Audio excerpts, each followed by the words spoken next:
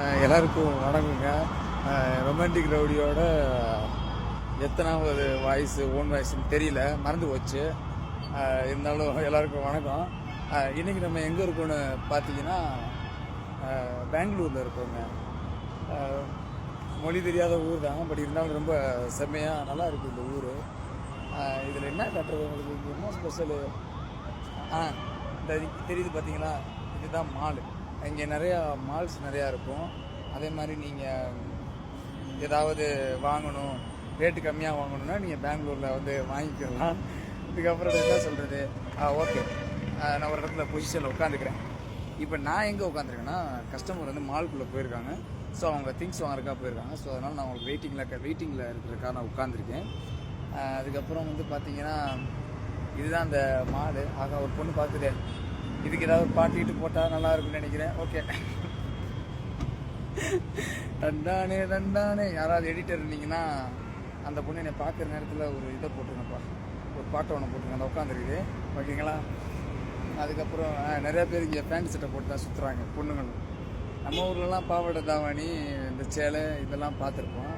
But இங்கே எல்லோரும் ஜோடி ஜோடியாக பேண்ட் சட்டையெல்லாம் போட்டுட்டு ஜாலியாக இருக்கிறாங்க. நல்லா இருக்குது பார்க்குறதுக்கு. சென்னையை விட ரொம்ப பெரிய ஊர்னு நினைக்கிறேன். எங்கள் ஊரை விட ரொம்ப ரொம்ப பெரிய ஊர். வேறு என்ன இருக்குது இந்த ஊரில்? இதாங்க பெங்களூர், பார்த்துக்கோங்க. அதுக்கப்புறம் விளம்பரம் பண்ண மறந்துட்டேன். நாங்கள் சொந்தமாக ட்ராவல்ஸ் வச்சுருக்கோம்.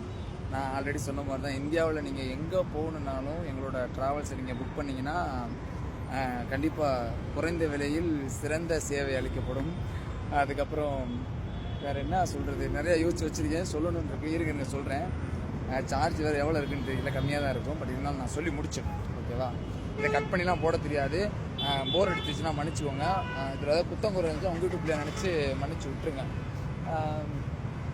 இது தாங்க சென்ட்ரு பாயிண்ட்டு. பெங்களூரில் சென்டராக இருக்கிற இடம் இது தான். ஆனால் சரியான டிராஃபிக்கான ஊருங்க இது, ரொம்ப டிராஃபிக்காக இருக்கும். அதுக்கப்புறம் வேறு என்ன சொல்கிறது, பிஸ்னஸ் சிட்டின்னு சொல்லுவாங்கள்ல, அதில் ஒன் ஆஃப் த சிட்டி வந்து இது தான். பிஸ்னஸ் சிட்டியில் இது ஒன் ஆஃப் த சிட்டி.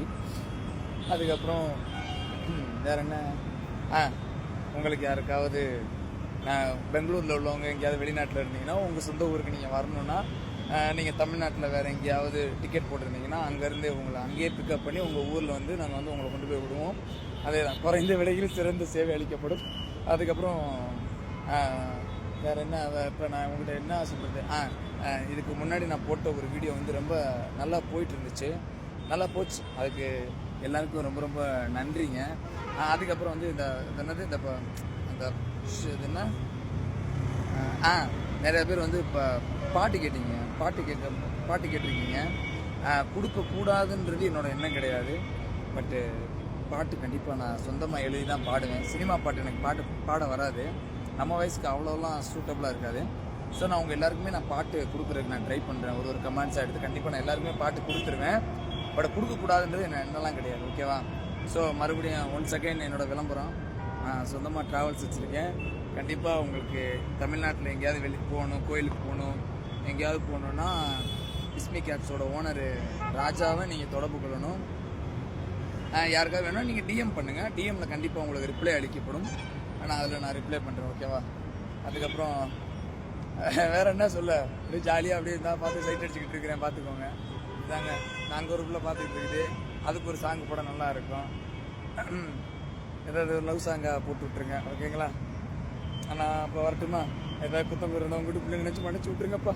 நான் வாரேன். டாட்டா.